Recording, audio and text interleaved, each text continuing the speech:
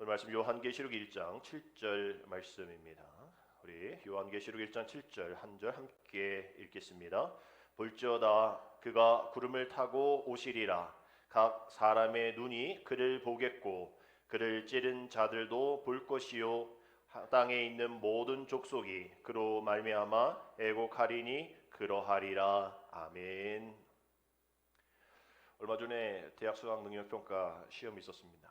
많은 그런 에피소드들이 있었지만 저는 얼마 전에 그 부정행위를 방지하기 위한 필적 대적 조회를 할 수 있는 문구가 정답지에 적혀진다는 것을 알게 되었고 그 문구가 또 여러 매체를 통해서 또 시인 또 어떤 명언을 통해서 이게 적어서 나중에 부정행위를 증명해낼 때 그 사람의 정답지가 맞음을 이제 확인하는 그런 것이 있다는 것을 알게 되었어요. 올해는 어떤 글귀가 선정이 되었을까 보니까 이 올해 채택된 글이 양광모 시인의 가장 넓은 길이라는 그 시의 한 구절이었습니다. 그 전체 시는 이렇게 되어 있죠. 살다 보면 길이 보이지 않을 때가 있다. 원망하지 말고 기다려라. 눈에 덮였다고 길이 없어진 것이 아니요 어둠에 묻혔다고 길이 사라진 것도 아니다.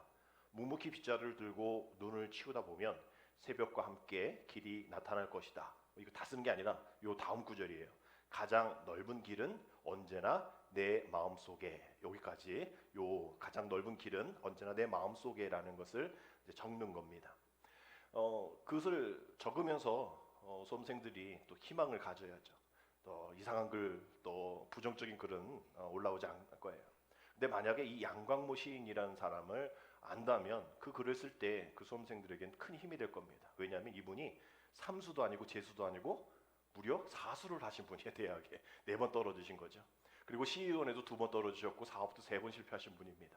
그래서 난 아무것도 못하겠어. 그러다가 내가 원래 하고 싶은 거 한번 버킷리스트 적어보자 이렇게 적다가 오랜만에 이 시라는 그 글자가 눈에 확 들어온 거예요. 내가 옛날에 시를 이렇게 적는 걸 좋아했지, 시 읽는 걸 좋아했지. 한번 시인 해볼까? 이래가지고 이분이 이렇게 대학 수학능력 필적조에 나올 정도의 시인이 된 거죠. 그래서 이 사실을 아는 수험생들은 그래, 내가 이 시험 잘 못 보면 어때? 너 이거 하나 틀렸다고 좌절할 필요 없지. 다시 도전해 보면 돼. 사수도 하신 분 계신데 이러면서 용기를 얻을 수 있을 거라 생각을 합니다. 이 글 보면서 우리 믿음의 사람들에게도 용기를 주는 말씀이 있지 않는가? 왜냐하면 오늘 우리는 교회력의 마지막 날을 보내고 있기 때문이죠. 아직 2023년 36일이 남아있지만 우리 교회력으로는 오늘이 마지막입니다. 다음 주부터는 교회력의 시작인 우리 주님의 탄생으로부터 주님 이 교회력이 태양력이 아닌 교회력이 시작이 되기 때문에 2023년을 되돌아보면서 이 양광모 시인의 이 글처럼 우리가 뒤를 돌아보면 주님이 나와 함께 하신 것 안 같고 너 그 길이 보이지 않아서 뒤뚱뒤뚱 됐고 희미했고 주님이 나와 함께 아니야 하셔서 불안했고 이런 것들이지만 그래서 길이 없었냐는 거예요. 분명히 우리의 길이 되신 주님이 우리와 함께 하셨는데 우리가 못 본 거죠. 그거 다 재고 나면 우리의 부정과 우리의 실수 다 재보면 여전히 2023년도를 주님께서 그 길로 인도해 주셨던 것을 우리는 고백하게 되어지는 그런 마음을 또 담은 이 시가 아닌가라는 생각하게 되어지는 것이죠. 예수님께서 우리에게 요한복음 14장 6절에 이렇게 말씀하셨죠. 우리 함께 있습니다. 예수께서 이르시되 내가 곧 길이요 진리요 생명이니 나로 말미암지 않고는 아버지께로 올 자가 있다 없다? 없느니라. 우리 주님은 이미 우리에게 길이 되어 주셔서 그 구원의 길을 우리에게 보여주셨고 2023년 동안 함께 해주셨어요. 근데 우리가 그걸 잘 못 보는 거죠. 그것을 우리가 그 길을 잘 발견하지 못했던 겁니다. 그래서 묵묵히 빗자루를 들고 눈을 치우라는 거예요. 주님이 우리와 함께 하셨던 그 길, 우리가 그 길을 발견해야 한다라는 겁니다. 오늘 성경 강림 후 마지막 주이면서 왕국주일이라고 되어 있어요. 우리 왕국주일이라는 것은 그 길의 주인은 주님이셨습니다. 그 길은 하나님 나라의 길이었습니다. 라고 고백하면서 교회력을 마지막 마무리하는 날인 것이죠.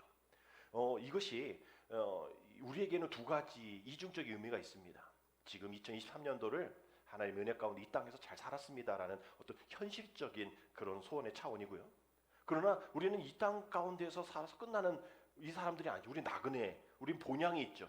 천국을 향해 나가는 우리들이기 때문에 새 하늘 새 땅을 위해서 주님 오실 그날 위해서 우린 종말론적인 그러한 신앙의 삶으로 나아가야 할 그런 사람들입니다. 이 두 개가 다 이 현실과 이 종말이라는 것을 잘 균형을 맞춰야 올바른 건강한 신앙이 되어지는 거예요. 너무 치우치면 문제가 되어지는 겁니다. 뭐 몇월 며칠 날 주님 오신다 이래서 종말론적인 신자들이 되어지는 거고요. 그리고 교주가 생기는 거고요. 거기에 모은 재산을 다 바치는 거고요. 교주가 뭐 이상한 짓 해도 괜찮아 하나님이야 막 이러면서 나가는 게 종말론적인 극단으로 치우치는 사람들이고요. 이따가 또 후반부에 말씀드리겠지만 너무 현실적인 그러한 소원만 두게 되어지면 주님의 오심이 우리의 삶과 전혀 관계 없어요. 그래서 그 길이 내 길이고 주님의 길인데 불구하고 이게 내 길이었고 또 주님이 원하시는 길이 아닌 다른 길로 가게 되어지는 그런 현실적인 그래서 무책임한 그런 삶을 신앙을 살게 될 수 있는 그러한 극단에 빠지게 되어지는 겁니다. 이 두 가지가 다 균형을 맞추면서 살아가야 한다라는 것이죠. 우리 성경에서 많은 부분에 하나님을 왕이심을 선포하고 있습니다. 대표적으로 신명기 10장 17절 보면 너희 하나님 여호와는 신 가운데의 신이시며 주 가운데의 주시요 크고 능하시며 두려우신 하나님이라 사람을 외모로 보지 아니하며 뇌물을 받지 아니하시고 여기서 신 가운데 신, 주 가운데 주다라고 표현하고요. 만왕의 왕이고 만주의 주다라는 그런 표현이죠.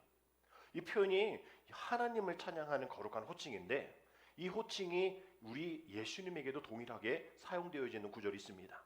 요한계시록 17장 14절 보면 그들이 어린 양과 더불어 싸우려니와 어린 양은 주님 얘기하는 어린 양은 만주의 주시요 만왕의 왕이시다라고 되어 있어요. 우리 하나님을 만주의 주고 만왕의 왕이라고 표현한 것과 동일하게 우리 주님을 만주의 주요 만왕의 왕이다라고 표현하고 있습니다. 그러니 그 만왕의 왕 되신 하나님을 따라가고 예수님을 따라가는 우리도 마찬가지로 왕이신 주님, 왕이신 하나님의 그 나라의 백성이기에 우리가 날마다 그 왕 되신 그 주님이 하신 그 승리를 함께 누리며 살아가는 우리라는 것이죠. 그래서 오늘 왕국주일이라는 의미는 바로 그런 겁니다. 우리의 왕 되신 주님을 기억하고 다시 오실 주님을 기억하면서 내가 하나님 나라의 백성으로 승리하며 살아가는 것이다라는 것이죠. 이를 위해서 우리는 다음 주에 대림절을 맞게 되어집니다. 우리가 대림절, 강림절, 대강절 이런 세 가지로 표현은 혼동이 되어서 아마 저도 주보를 옛날 주보를 보시면 뭐 강림절이라고 했겠죠. 작년 재작년에도 강림절이라고 했고요. 다른 교단은 뭐 대림절이라고 하고 대강절이라도 하고 뭐 이 강자와 이 대자 요 두 개가 왔다 갔다 혼용되어지는 가운데 우리 감리교에서도 이거 너무 혼용이 되어지니까 하나로 정해달라라는 요청에 의해서 올해는 이 대림절로 통일을 해서 우리가 이 절기를 보내다 주님의 오심을 기다리자라고 얘기를 이렇게 서신으로 본부에서 내려왔어요. 왜냐하면 그 주님의 오심에만 강조가 한다면 강림절이죠. 내릴 강자이니까. 그러나 우리 주님의 오심으로만 우리가 살아가지 않고 주님 다시 오실 주님을 기다리잖아요. 그 기다릴 대자를 써서 대강절, 대림절 이겁니다. 그러니까 이 대림절, 대강절 요 부분으로 이제 갈 때에 이 두 개 또 헷갈릴 수 있으니까 이 대림절을 그래서 우리에게 임하시는 그 기대하시는 그 고운 가운데에 주님이 오심을 우리는 기다리겠습니다. 그래서 그 주님의 오심에 대한 강림이라는 의미가 있고 또 그 임재라는 그 의미가 있을 때에 우리 이제 임재 쪽에 주님의 오심은 우리가 인정하고 그것으로만 우리가 살아가는 것이 아니라 다시 오실 주님 진행 중에 오심에 대한 우리가 관심을 더 가지면서 성탄절까지 그 기간을 보내자라는 그러한 기다림 대자가 더 중요한 그런 우리의 이 명칭으로 용어로 나아가게 되어지는 것이죠. 그래서 임마누엘이라는 것이 늘 우리와 함께 하시는 사건. 이전에서 끝나는 것이 아니라 그 강림에서 끝이 아니라 이제 앞으로도 보이지 않는 그 2024년의 길이라 할지라도 분명히 우리와 함께 하시는 그러한 하나님의 은혜가 있는 그 일들을 기다리자라는 그런 기다릴 대자를 써서 대림절이다라고 얘기를 하는 겁니다. 그래서 헨리 나운에는 이 대림절을 뭐라고 되어 있다고요? 인내와 기다림을 배우는 계절이다라고 되어 있어요. 인내와 기다림을 배우는 계절. 인내, 배움, 기다림 뭐 구약의 대표적인 달인, 기다림의 달인은 아브라함이잖아요.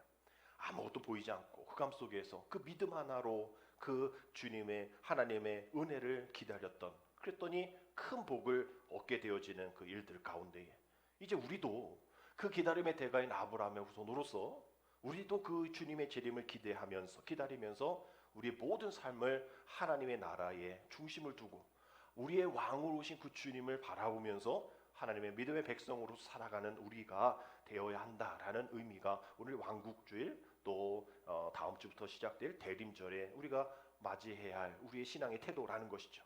우리는 이 땅 가운데에 살아가는 것에서 만족하고 끝나는 것이 아니라 이제 다시 오실 그 주님에 대한 그 일들을 기대하면서 살아가야 한다라는 겁니다. 성경의 많은 말씀들, 우리 지난 성서주의를 통하여서 많은 말씀들 가운데에 정말 우리가 이 말씀들을 신학학자들이 아니기 때문에 다 조사할 필요는 없지만 신학학자들에 의하면 이 성경 말씀의 5분의 1이 예언에 대한 말씀 또 미래에 대한 말씀의 기록인데 5분의 1이면 꽤 많은 그러한 부분을 차지하잖아요. 그 예언의 말씀들 가운데 3분의 1이 바로 예수님의 그 오심, 예수님에 관련된 그런 말씀이고 또 그 안에서 한 600개 정도의 예언의 말씀 가운데 절반 정도가 바로 예수님에 대한 말씀인데 그 말씀 가운데도 3분의 1인 109개 정도가 예수님의 탄생으로 성취되어졌고 나머지 3분의 2가 이제 앞으로 오실 그 주님의 재림에 대한 이야기로 구성이 되어 있다는 거예요. 그래서 결국은 성경의 주제는 다시 오실 주님에 대한 이야기를 참 많이 하고 있다라는 것이죠. 그래서 우리가 건강한 성도로서 이걸 그냥 넘어가지 말고 우리가 이 성경의 중요한 신앙의 한 주제가 다시 오실 주님에 대한 이야기이니 우리가 그 말씀을 잘 믿고 그 구원하신 하나님의 은혜 가운데에 아직 이루어진 건 아니지만 그 주님을 기다리면서 살아가는 삶이 오늘 하나님 나라의 백성으로서 우리가 살아가야 할 신앙의 그런 방법이고 모양이어야 한다라는 것을 우리 이 성경의 큰 주제를 통해서 우리가 발견하게 되어지는 것이죠. 우리 다음 주부터 대림절 묵상집을 밴드에 올려드릴 겁니다. 그 주일부터 시작되어지는 대림절 매일매일마다 주님의 오심을 기대하면서 그 말씀을 읽을 그런 묵상집이 여러 교단과 또 이 서점에서 나오게 되어지는데요. 이번에 기독교서회에서 나온 그 대림절 묵상집 제목이 조금 특이했어요. 무엇냐면 예기적 기다림이라는 그러한 제목이었습니다. 예기적. 그래서 우리가 이걸 단어를 잘 쓰지 않으니까 예기적, 프로lep틱이라는 그런 영어 단어도 잘 쓰지 않으니까 우리가 예기적이 무슨 뜻인가? 근데 어렵지 않아요. 한자 이 예자가 미리에 예측할 때 그 예자입니다. 미리에 그리고 기약할 기를 쓰고 있는 거예요. 그러니까 미리 예측한다 이런 거죠. 기약한다 이런 겁니다. 우리가 기도할 때 우리 방식 있죠.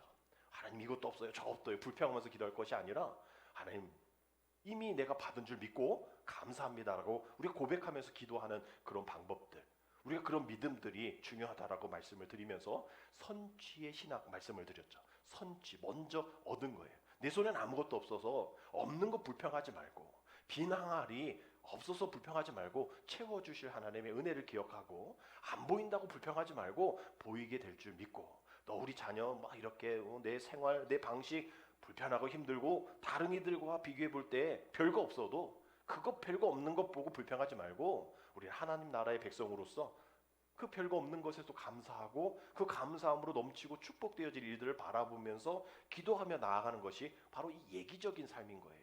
이것이 독일 조직신학자 판덴베르크가 얘기했던 예기적인 삶에서 따온 주제일 겁니다. 현재 존재하거나 성취된 것처럼 아직 성취되지 않았어요. 존재하지도 않아. 그런데도 미래 행동이나 개발의 표현에 이런 어떤 가정을 그렇게 되어질 줄 내가 믿고 그렇게 될 겁니다라는 가정하에 있는 것이 바로 예기적인 삶인 거예요. 그래서 우리가 아직 그러나 이미라는 그러한 단어 속에 아직 우리가 하나님 나라 주님의 오시지 않았지만 이 땅 가운데에 주님의 오심을 우리가 기대하고 인정하고 기쁨으로 살아가는 그런 방식이 바로 예기적인 삶이 되어야 한다라는 것이죠. 우리가 저희 목회자들도 내일 이 삼척에 가서 회를 먹는데 1박 2일로 가는 것도 아니고 그냥 점심 때 가서 먹고 오는 이런 것을 수양회로 올해 마무리합니다. 근데 회를 좋아하시는 분들은 내일 막 기대하겠죠. 또 내일 누군가를 또 만나는 일이 있으면 또 내일을 위해서 오늘 또 기대가 있을 거예요. 아직 안 만났잖아요. 아직 내 입에 회가 안 들어왔잖아요. 그런데도 내일을 기대하는 그런 모습들이 우리에게 있습니다. 아직 내 밥상에 회가 있지 않고 나의 앞에 내가 만나고 싶은 사람이 있진 않지만 내일 만나게 되어지는 것을 생각하며 기쁜 것이죠. 바로 이 예기적인 삶이 주님이 아직 오시지 않았지만 이미 오심을 우리가 믿고 다시 오실 주님을 기다리면서 나아가는 신앙의 태도들, 이것이 우리를 기쁘게 하고 이것이 우리가 믿음으로 나아갈 수 있는 근거가 된다라는 거예요. 단일 기도회가 마치고 이제 뭐 할까 이러다가 문자를 통해서 목회 데이터 연구소에서 생방송으로 실시간 이 사례 발표 있으니까 들어오세요라고 해서 제가 또 실시간으로 또 영상을 보게 되었어요. 19세 이상 1000명 정도 교회 다니는 사람들 대상으로 설문조사한 이 제목이 한국교회 명목상 교인 실태조사입니다. 한국교회 명목상 교인이 몇 명인지, 우리가 난룡신자라고 얘기하고 썬데이 크리스찬이라고 얘기하는 관습적인 교인 이렇게 할 수도 있겠죠. 주일만 예배 드리는 그런 사람들, 너는 그런 사람인지에 대한 신앙의 물음이 있었어요. 세 가지의 이 구성으로 물었던 겁니다. 너희의 그 신앙 활동은 어떠냐? 그리고 너는 그 믿음에 대한 그 구원에 대한 그런 신념이 어떠냐? 그리고 너는 세상 속에서 어떤 정체성을 가지고 살아가느냐라고 물어서 그것이 부정적이면 이 명목상 관습적인 썬데이 크리스찬이라 칭하는데 이런 사람이 몇 퍼센트인가라고 결론을 냈더니 무려 39.5%가 그 안에 있었다는 거예요. 즉 10명 중에 4명 정도는 신앙적인 활동, 또 신념, 또 자기 정체성에 대해서 그렇게 믿음으로 드러낼 수 있는 사람이 아니다라고 자기가 고백을 한 겁니다. 이런 것이 정말 왜 그럴까 이렇게 보면 여러 가지 이 질문 속에서 너 구원에 대한 확신이 있어? 라고 물을 때에는 50%가 나 구원의 확신이 없어요 라고 이야기하겠는데 또 기독교 외 다른 내 구원이 있다고 생각해? 라고 얘기했을 때 그럼요 라고 얘기하는 사람이 60%가 된다라는 거죠. 이러한 어떤 그 신앙의 정체성 또 신념들이 다른 거예요. 그래서 그럼 왜 교회 다녀? 왜 기독교를 선택했어? 대부분 가족이 다녀서 이렇게 얘기하면서 편안하니까. 다음 그래프가 그런 거예요. 맨 끝에 보십시오. 편안하니까. 명목상 그리스도인이라고 판단 내용 39%가 다 교회는 왜 다니냐고 기독교 왜 믿냐고 했더니 편안하니까 마음의 평안을 누리기 위함이다라고 되어 있는데 그 옆에 그렇지 않은 비명목상 크리스찬들은 0%. 내가 교회에 마음 편안하고 다니는 거 아니에요. 그럼 왜 다녀? 옆에죠. 나는 구원과 영생을 얻기 위해서 교회를 다닙니다가 비명목상 그리스도인은 66%고 명목상 그리스도인은 20%라는 거예요. 이 두 개가 완전 다릅니다. 내가 마음의 평안을 위해서 교회 다녀라고 명목상 그리스도인들 그렇게 얘기하고 나는 구원의 영생을 위해서 교회 다녀 기독교를 믿어라고 얘기하는 비명목상 그리스도인들이 이렇게 극과 극을 달리고 있다는 거예요. 그러면 이 뒤에 있는 차이점 중에 가장 큰 게 뭐냐면 너 왜 교회를 다녀? 너 왜 기독교를 믿어? 했을 때 명목상 기독교인들은 하나님 나라를 세우기 위함이라는 것이 또 복음을 전하기 위함이라는 것이 적습니다. 근데 비명목상 그리스도인들은 내가 교회를 다니는 게 편함이 아니라 내가 구원과 영생을 위해서 교회를 다니고 내가 기독교를 선택했고 하나님 나라를 세우기 위함이야라고 극명하게 이 퍼센테이지가 24%또 명목상은 5% 8배 차이 나고 그렇게 되어지는 그러한 이 모습이 있다는 거예요. 교회 얼마 빠지고 또 기도 몇 시간 안 하고 말씀 안 보고 이것도 다 차이가 극명하게 달라지죠. 근데 저는 여기서 집중이 행복, 즐거움, 마음의 평안이라는 거예요.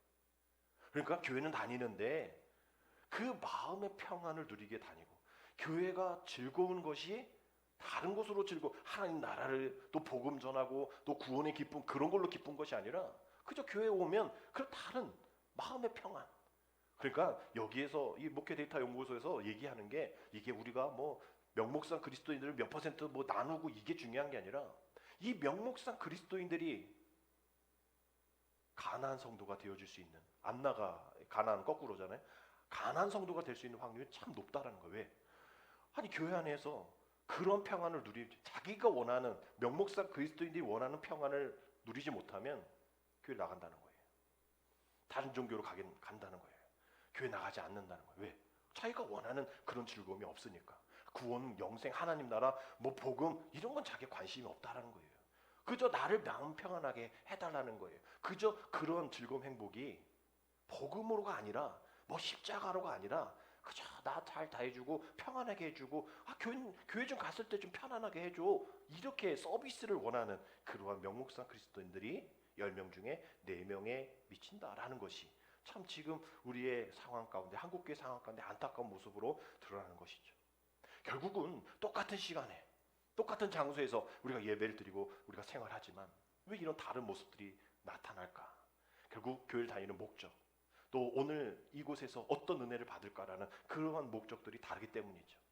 뭐 우리 안에 10명 중에 4명이라는 얘기가 아니라 우리도 그러한 사람들 가운데에 노출이 되어지고 있다라는 거예요. 어떻게 하면 하나님 나라에 대한, 복음에 대한, 구원에 대한 가치관을 생각하면서 교회 다니지 않으면 그저 다른 행복, 즐거움, 평안을 누리며 살아가는 것이 교회, 또 기독교라고 생각하는 사람들이 우리가 될 수도 있다라는 거예요. 오늘 왕국주의를 통해서 우리가 다시 오실 주님을 기다릴 때에 우리가 무엇으로 기뻐할까? 앞서 말씀드린 것처럼 내일 무대에 약속이 있을 때 약속이 아직 내게 오지 않았지만 그걸로 인해 기쁘듯이 주님이 우리의 삶 가운데 오셔서 이제 주님의 나라가 시작되어지고 우리가 하나님 나라의 본향으로 들어갈 때 정말 그 기쁨을 우리가 이 세상 속에서 살아가고 있는 하나님 나라의 시민인가? 아니면 주님과 전혀 관계없는 그러한 삶으로, 기쁨으로 살아가는 우리의 삶인가? 우리가 자신이, 우리도 이런 모습 속에서 한번 생각해 볼 필요가 있다라는 것이죠. 왜 그럴까? 우리 한국교회가 이렇게 되어진 이유가 무엇일까? 여러 가지 이유가 있겠지만 우리는 아까 말씀드린 그 현실과 이 종말에 대해서 너무나 이 극단적인 종말론자들이 문제를 너무 많이 일으켰고 이단시 되어지는 일 가운데 우리가 그 주님의 오심에 대한 두려움이 없다라는 거죠. 전에 단일기도회 목사님, 강사 목사님이 하신 이야기 기억하시잖아요. 나는 하나님이 정말 두렵다. 하나님이 정말 두렵다. 그것이 뭐 무서워서 숨겠다가 아니라 날마다 그 주님의 임재하심 가운데 살아가는 모습들인 것이죠. 그래서 그 승리의 주님, 또 다시 오실 약속하신 그 주님을 우리가 뭐 마음 가운데에 모시고 우리의 삶 가운데 모시고 살면 아직 그날이 오지 않았지만 우리는 그 구원의 기쁨, 하나님 나라의 소망으로 기쁨으로 살아갈 수 있다는 거죠. 성경이 그 얘기하는 거고 제가 늘 여러분에게 말씀드리는 것이 그겁니다. 목사님 맨날 그 얘기해. 제가 그 링크를 밴드에 올려드릴 테니까 1시간밖에 되지 않아요. 한번 쭉 보십시오. 그러면 목사님 맨날 그 얘기했던 게 이런 신학자들이 얘기하고 이런 연구가들이 얘기하는 그런 거, 또 많은 사람들이 생각하고 있는 얘기가 그 얘기구나 라고 여러분 생각을 하실 수 있을 겁니다. 다시 오실 예수님에 대한 인식이 없다면, 그 하나님의 나라에 대한 인식이 없다면 우리가 그렇게 명목상 그리스도인이 될 수 있는 확률이 많다라는 것이죠. 그 때문에 오늘 본문의 말씀을 다시 한번 보면 볼지어다 그가 구름을 타고 어떻게 하시리라? 오시리라. 각 사람의 눈이 그를 보겠고 그를 찌른 사람도, 교회 안 다니는 사람도, 이단도 다 그걸 볼 거고 땅에 있는 모든 족속이, 다른 종교 모든 사람들이 다 그로 말미암아 애곡하게 될 거라고 얘기해요. 근데 그때 주님 믿었어야 되는데 정말이네, 그러하리라, 아멘이라 되어 있잖아요. 이렇게 예수님의 재림이 확실한데, 이 성경 속에서 우리에게 주신 말씀인데 우리가 이것을 안 받아들일 이유가 없는 것이죠. 하나님의 약속입니다. 창세기 49장 10절 보면 즉 임금의 지팡이죠. 권력입니다. 주가 유다를 떠나지 아니하며 통치자의 지팡이가 그 발 사이에서 떠나지 아니하기를 실로가 오기까지 이르리니 그에게 모든 백성이 복종하리로다. 이 말씀이 이제 유다 지파로부터 메시아가 나오고 모든 민족이 그에게 복종한다라는 그 예언인데, 그것이 이루어지는 그런 통치가 이루어진다라는 그런 예언의 말씀이지. 이사야 9장 6절에도 우리가 잘 아는 말씀이죠. 우리 같이 읽겠습니다. 이는 한 아기가 우리에게 낳고 한 아들을 우리에게 주신 바 되었는데 그의 어깨에는 정사를 메었고 그의 이름은 기묘자라, 모사라, 전능하신 하나님이라, 영존하시는 아버지라, 평강의 왕이라 할 것임이라. 아멘. 이 말씀과 같이 주님이 이 땅에 전능하신 하나님으로 오셨지만 하나님 나라의 그 진정한 통치자로 다시 오시겠다라고 말씀해 주시고 있는 거예요. 아니 뭐 구약에 이런 얘기 저런 얘기 말고도 주님이 우리에게 직접 하신 말씀이 있잖아요. 요한복음 14장 3절 가서 너희를 위하여 거처를 예비하면 내가 다시 와서 너희를 내게로 영접하여 나 있는 곳에 너희도 있게 하리라 라는 말씀. 18절의 말씀도 내가 너희를 그와 같이 버려두지 아니하고 너희에게로 어떻게 하리라? 오리라.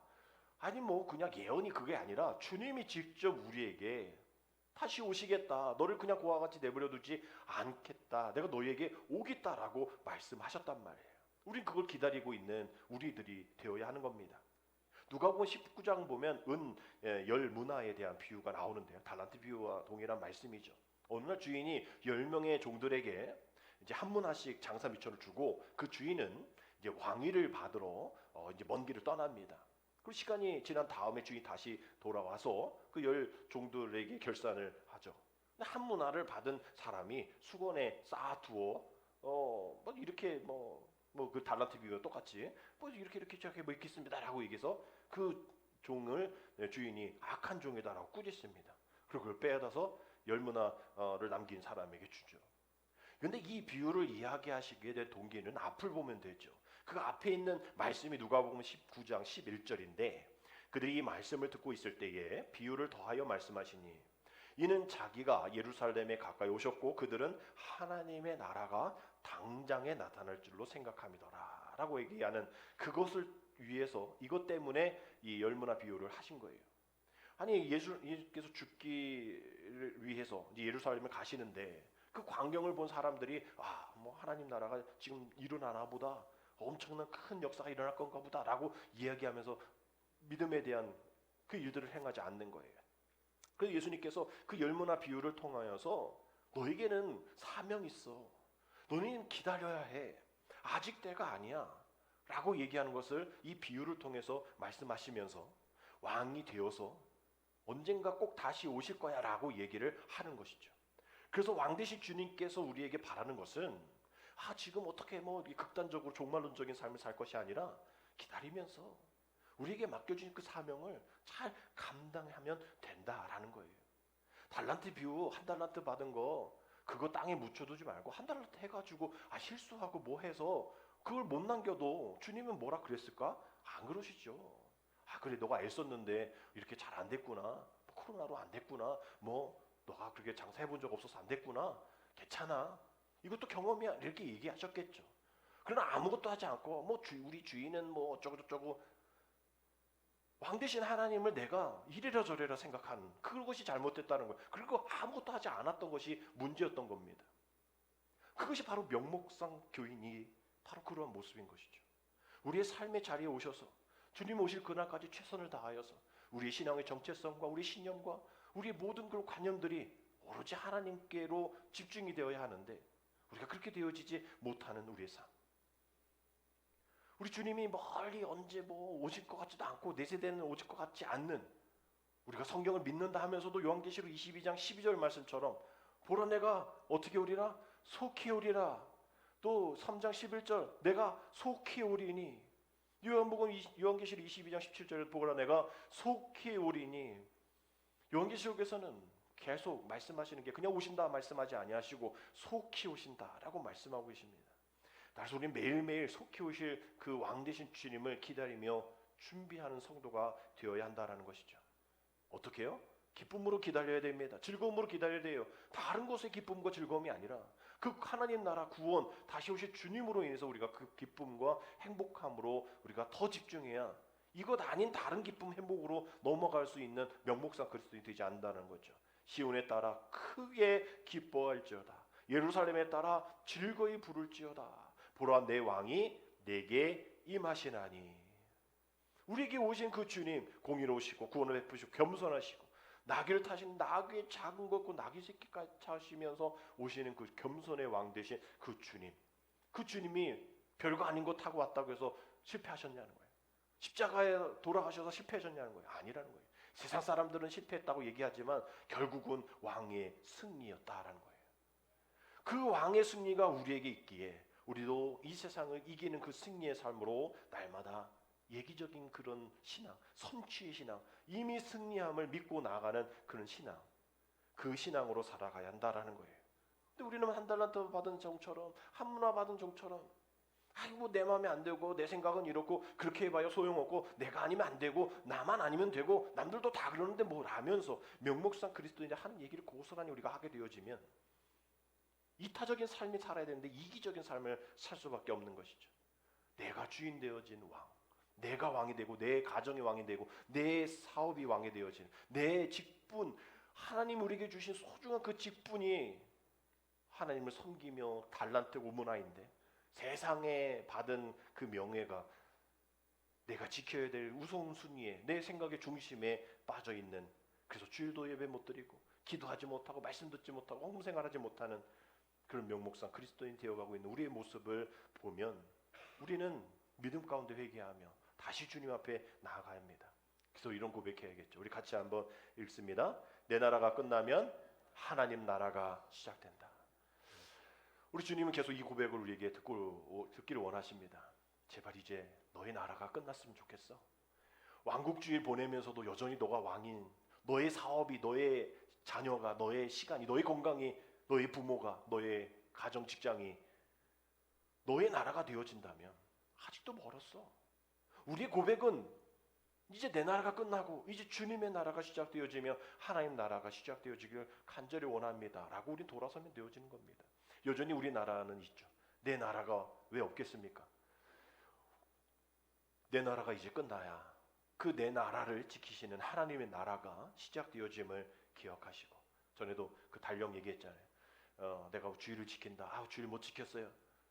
내가 주일을 지키는 것이 아니라 주일이 나를 지킨다라는 거예요. 내가 주일을 못 지켜서 미안해요, 죄송해요가 아니라, 아니 우리가 뭔데 우리가 주일을 지키네 만에 우리가 뭐가 잘나가지고 교회 예배를 드려주고 하나님 여기 와서 내 말 들어주고 우리가 뭔데, 우리가 어떤 신분인데 왕이신 하나님께 그걸 드리네 만에 하고 있어요. 지키네 만에. 우리가 주일을 지키는 것이 아니라 주일이 우리를 지키시는 것인 줄 믿으시기를 주님으로 축복합니다. 아멘. 주님이 우리를 지키시는 것이지 우리가 예배 헌금 조금 한다고 우리가 그 주님이 기뻐하고 감사하고, 아니 우리 주님이 뭐가 모자라가지고 무슨 시간이 모자라. 우리 주님은 온 시간을 만드시는 분이고, 이거 바쁜데 그냥 어떻게 시간 내서 교회 갈게요.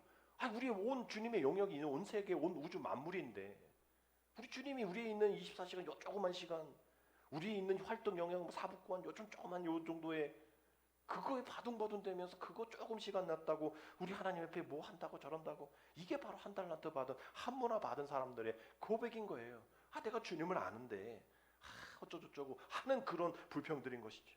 여러분 오늘 내 나라가 끝나지 않으면 하나님 나라 시작이 안 됩니다. 우리가 기도해봤다고 하잖아요. 그래서 결정했다고 하잖아요. 이제 주님이 어떻게 하실 말씀인지를 기대하고 기다리셔야죠. 자기가 기도했다고 끝나는 거 안 돼요.